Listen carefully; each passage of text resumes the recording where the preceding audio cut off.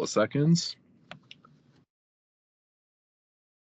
Hey everybody, welcome back to another edition. Recap the Adler Europa here for the Hey Eintracht Frankfurt podcast YouTube channel. Garrett here outside of work in Detroit seems to be my go-to regular spot every other Thursday. A little earlier this day, I'm not alone. John from Delaware is out for something, so I had to bring in the heavy artillery. The man behind the Hey Eintracht Frankfurt podcast. I don't think we've ever usually seen your face on video, so this is an absolute first. Brian in Kansas City, how are you on this Thursday? I'm good. It's not as special as necessarily when we perhaps maybe beat Barcelona when it comes to a European night, but this is the kind of positive vibes that you need to be able to take into the league form, which, as folks have noticed, we've actually done better this season than we have in other seasons. Where, let's look at it, the spring always is the kick in the down belows, and hey, you know what? This year we're stringing together league and Europe at the same time. It's a little bit stranger because we played four. We've got two more before the quote winter break, and then we have another two on top of that, which is still absolutely crazy that we have to deal with. But hey, you know what? We're in a pretty good position to be able to make at this moment in time. Also, we still have, I think, it looks like 30 minutes left to play for the second level of matches in the Europa League at moment in time. We're in the top 8. That's all that matters. That means we play in March, not in February, which we want to definitely avoid because we saw how much fun that was to play Union Saint-Gilloise. Yeah, and this was, exactly. And when you look at the fact that there are currently 6 teams as of right now tied in those of the top 8, tied for tops, and Eintracht Frankfurt is one of those 6. It's a pretty damn good feeling. 12:45 Eastern kickoff today, as Brian, you mentioned, the first wave of the kickoffs, taking on the Slavia Prague side that has kind of run rampant in the Czech Liga, and you can kind of see why they are as great as they are today. Rolling in an old Eintracht Frankfurt shape in the 3-4-2-1. When you look at the end of the stats, a little bit more possession and expected goals went in favor of Slavia Prague. Mm-hmm. But in the end, the one that counted for the second consecutive match in a row, Omar Marmush off a free kick. The team rolled a 4-4-2 shape today. Only really big change. Arthur Tayat moved into left back in place of Nathaniel Brown. Cam Ujan came in for Hugo Ekatike, who made a subs appearance. And, Mario Götze on the right. Don't forget Larson. Don't forget Larson coming off having been on the bench last week and, put a full solid 90 in. Götze, and his receding hairline looked all right. Yeah. Ansgar Knopf looked pretty good on that left. You can kind of see that this team was really – the game plan from Dino seemed go direct today, especially in your channel lines too. Tell us how you felt about the match, and then especially like Marmush just coming up with magic, it seems like every single match. Well, let's get started with Slavia Praha. Are we decided is Slavia Prague? Or are we calling them Praha? I've heard both sides, and I'm just kind of like, you know what? Let's insult the fewest amount of people here today. Yeah, I think we'll go Praha. I mean, don't forget, I accidentally spent half of the first recap the Adler Europa calling Victoria Pilsen Slavia because I was looking ahead to this picture. And it was also just a weird, You're not wrong. You're not wrong to think of it in this way. So we faced off against one of the two Prague-based clubs, Slavia, the other one being Sparta, one of the two historic clubs of the old Czechoslovakian league, now the Czech Republic League. Pilsen has really cemented themselves as a additional top-end performer and are constantly playing in, whether it be Champions League, Europa League, and now the Conference League. They're a constant team within the group phase of UEFA competition. And you know what? Slavia themselves with change in ownership as of apparently I found out today about 11 months ago had a change in ownership to go from a Chinese holding company to the current Czech all-owned company.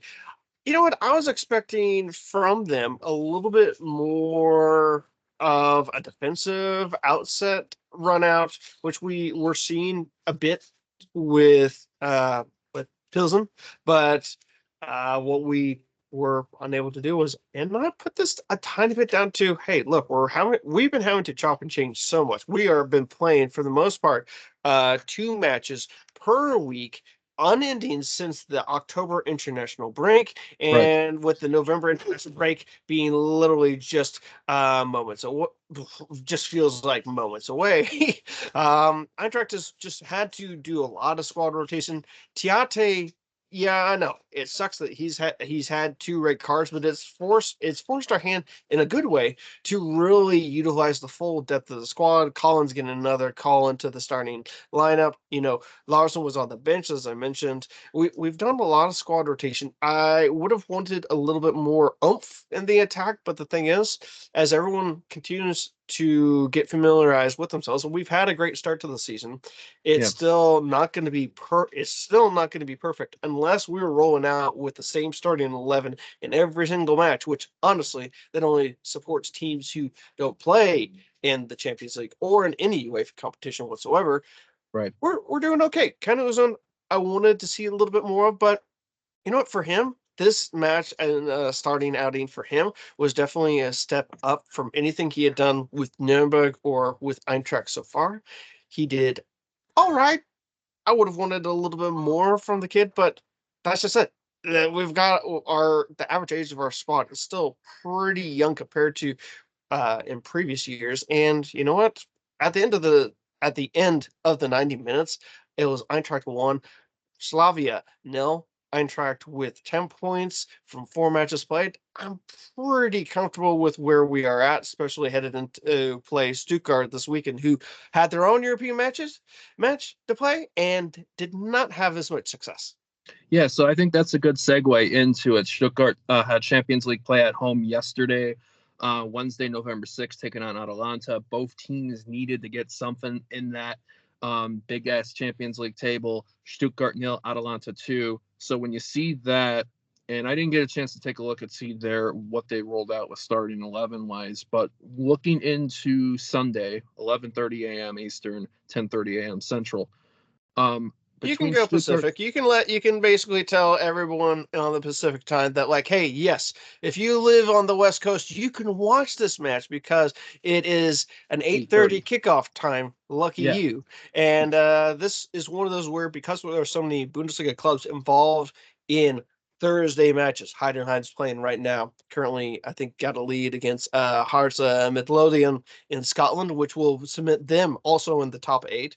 right. You have Hoffenheim currently leading Lyon, which puts them still in the playoff round. But hey, you know what? If it's coefficient points, I'll take the coefficient points, and they can then be a dirtbag when it comes to the Bundesliga play. Sorry to our fellow American who is leading that outfit, but Valpe, I was talking to the Travis who runs the Stuttgart Americana podcast, and with their 2-0 home loss to Atalanta, I asked him, like, hey, how are you guys feeling after this? He's like, well, we went up against a team with Atalanta with a lot of European experience. We've got Zilch, and boy, you guys can run, and we don't like to run. So Yeah, I'm looking at this as a perfect opportunity for Eintracht to benefit from the fact that they really their team is still the same philosophy. They've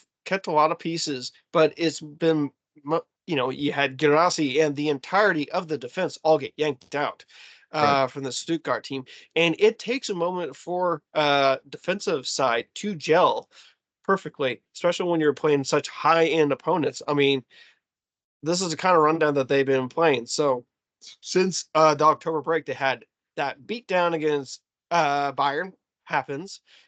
They were able to then go to Turin, got a result there. They played Kiel.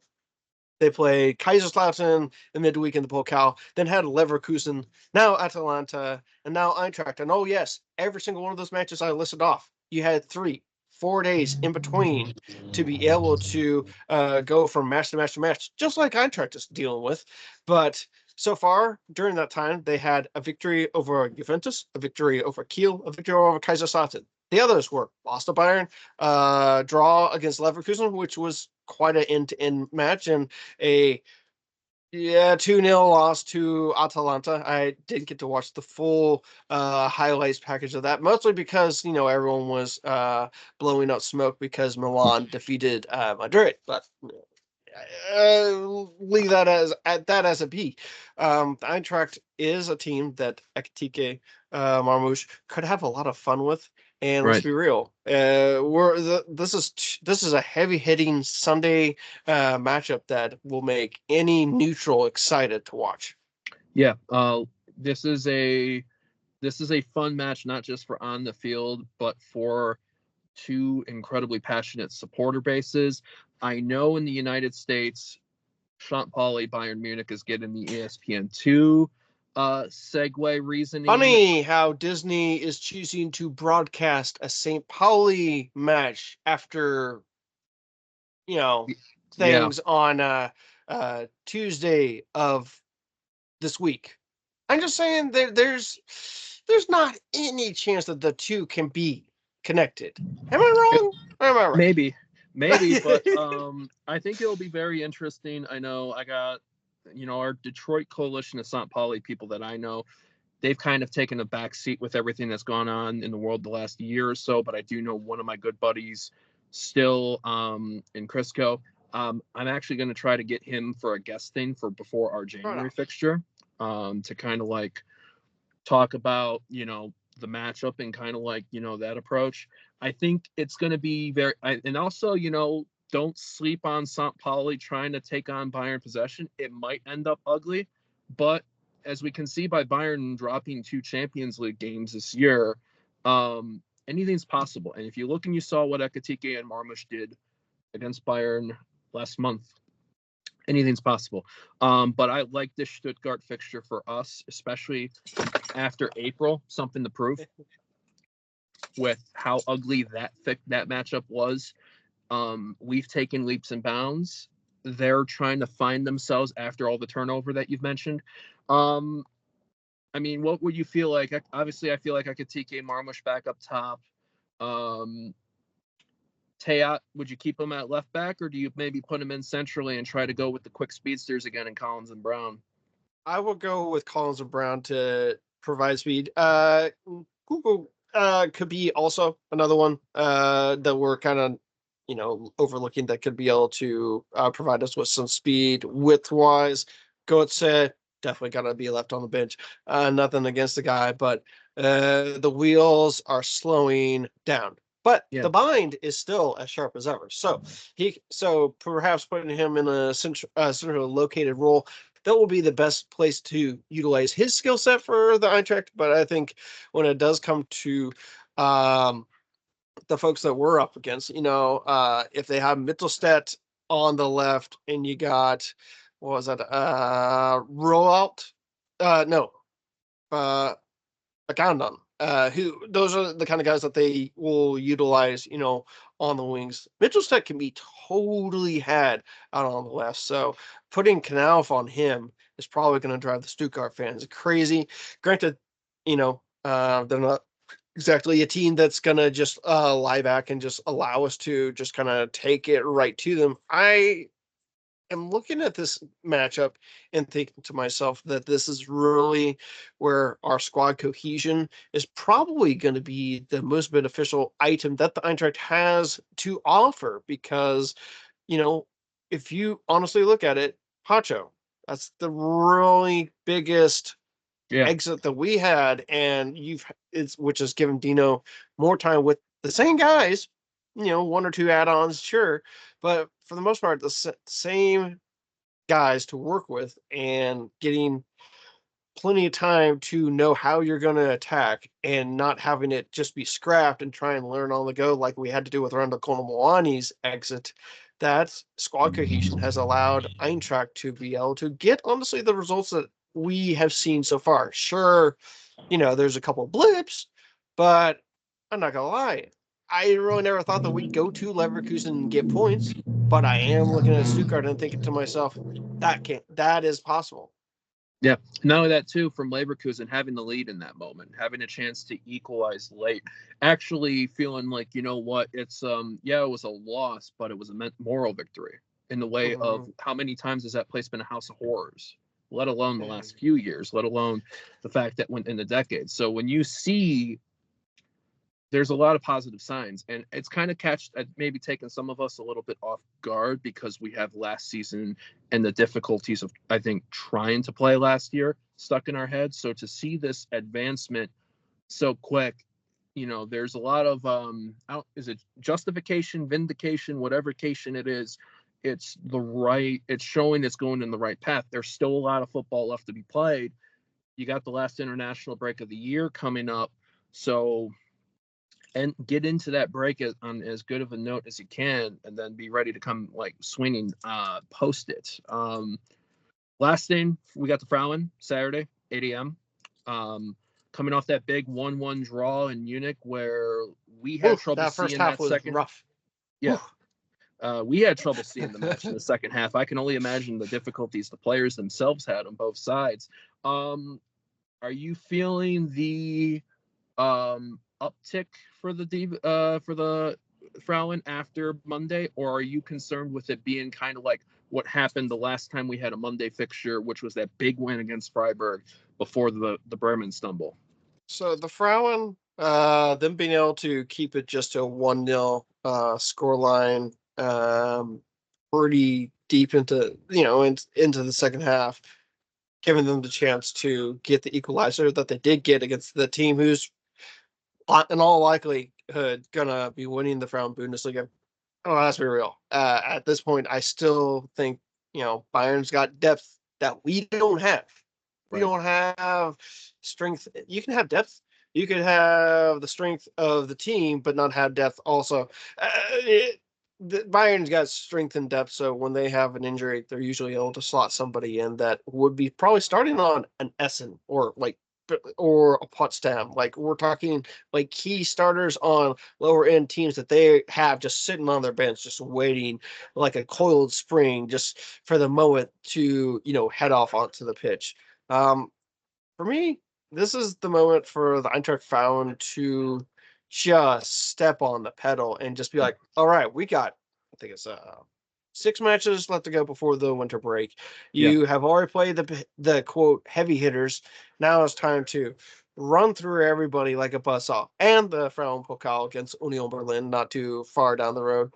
This is the moment when the team can either hit the gas pedal and just zoom past everybody else because, Bayern and Wolfsburg, they'll have their tough roads as well because they are still involved in Europe. And then you gotta, try and take your team away. It's like, hey, we just played Lyon. That was so exciting, so exciting. Now we got Jena. Nothing against Carly Jena, but They've had to work for the few points that they've had this year. So, but yeah, that get you that feeling, that kind of like try to prevent yourself from having a letdown. For us, it's a motivating factor in our matchup because being that we're playing Köln, our little friendly banter fest with our friends at 50 Plus Donor, I'm ready to have fun. for how long they still stick around on most of the social media websites. Yeah. Well, we still have our other fun chats that you've gotten me into. I had to. Yeah. Oh, I enjoy it. It's fun in a way, especially now. But once I've realized It's fun to poke the bear, and then they're just like, it's like, man, what? Why don't you leave us alone? Like, no, it's like you let the fox into the chicken coop, and we're gonna have fun. yeah, especially when I realize there's a lot of Detroit fans, Detroit sports people in that chat. Let's go. You, I know you weren't with John and I on Monday. What is your drop me some predictions for Frauen Saturday and Sunday? The match at Stuttgart for the Monitor. Right. So let's start off with ladies first. I'm looking at Eintracht and Köln, whilst can be an iffy, squiffy team.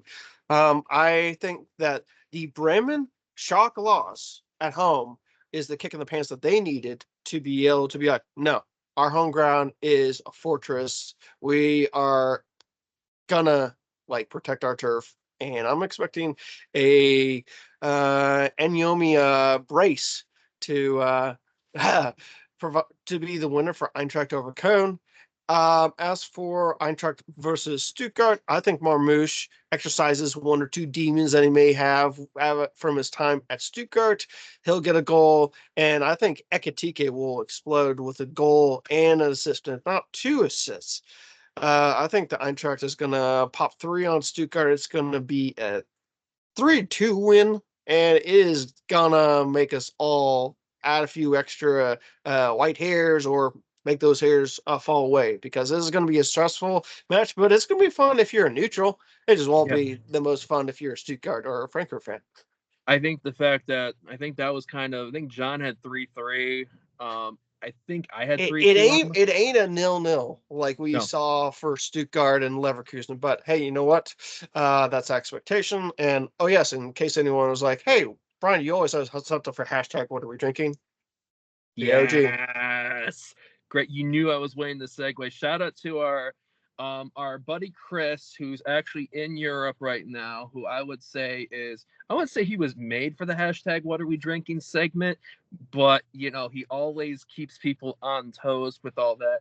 I'm in my car right now, so I don't even have my jug of water. That's at home. But I gotta swing. You know what? I am on my way to a Meyer over here because I gotta get a gallon of milk for home. So that's my contribution to hashtag What Are We Drinking. Brian, I think we'll get ready to get this in there so we don't kill producer Nathan with how big this video file is for when he tries to upload it to YouTube. Where can folks find you these days in this wild, ever-evolving society of social media? Right. So Discord, Snap. No, I guess I deleted that one. So Instagram, Discord, X. Yes, I'm still on there. Haven't ventured over into the other ones because you got to keep some of the the rabble in line. But KCSGE is where you can find me, or you can come watch the Eintracht at the Kansas City Beer Company, where the beer is flowing. A liter only costs you $11, and the food's pretty good too. Very nice. Twitter, Instagram, Discord. Those are the 3 for now. Maybe Blue Sky. I'll think about it. It's a lot of work. GM Comats. You can find Eintracht Frankfurt Detroit at Detroit SKA. With the unfortunate demise of Detroit City FC's regular season, I think their main bar might be open for some weekend stuff. Stay tuned. We might get some regular stuff going around here. But in the meantime, you can on there look for a Recap the Adler video also to drop on our YouTube sometime later on this weekend. Probably late Sunday, early Monday on there. Remember, if you haven't yet, hit the subscribe on this YouTube channel. The more subscribers we get, the more fun stuff we can do, like doing this stuff live. Meetups, in-person meetups. I know we got one planned for the spring. We're trying to decide on the exact day and location, but that will be sent out to everybody on all of our all of our channels. And of course, we'll be pumping it out every week. But yeah, just it's like, if you also are an Eintracht fan who's just found us, welcome. And if you're like, hey, Brian, I need to know where I can find other Frankfurt fans, you ask, we will reply and provide you with all the recommendations when it comes to places where to go, where to watch. And if you want to heckle some of the opponents, we'll tell you where you can throw popcorn at them. And I believe hefpod.com has a map of where you can find supporters groups also too. So plenty of options. This is a joyous time to be an Eintracht Frankfurt supporter, especially when you're even far away, all over. Relish it all in, take it all in. Remember, Launish Diva, Moody Diva. It's not moody yet, but just be wary. Storms could always come, so cherish these. We'll be here for it. Yeah, we have to. Rain or shine. Yeah. All right. So for Brian in Kansas City, Garrett here in Detroit, thank y'all for checking out another version of Recap the Adler Europa for the Eintracht Frankfurt YouTube. Stay tuned this weekend. Recap the Adler, captivating the matches that took place in the weekend. We'll be back at it with another episode of Hey Eintracht Frankfurt podcast at the beginning of the next coming week, episode 335, I believe. And yeah, it's always going to be fun. So until next time, so long, farewell, auf Wiedersehen, tschüss. Cheers.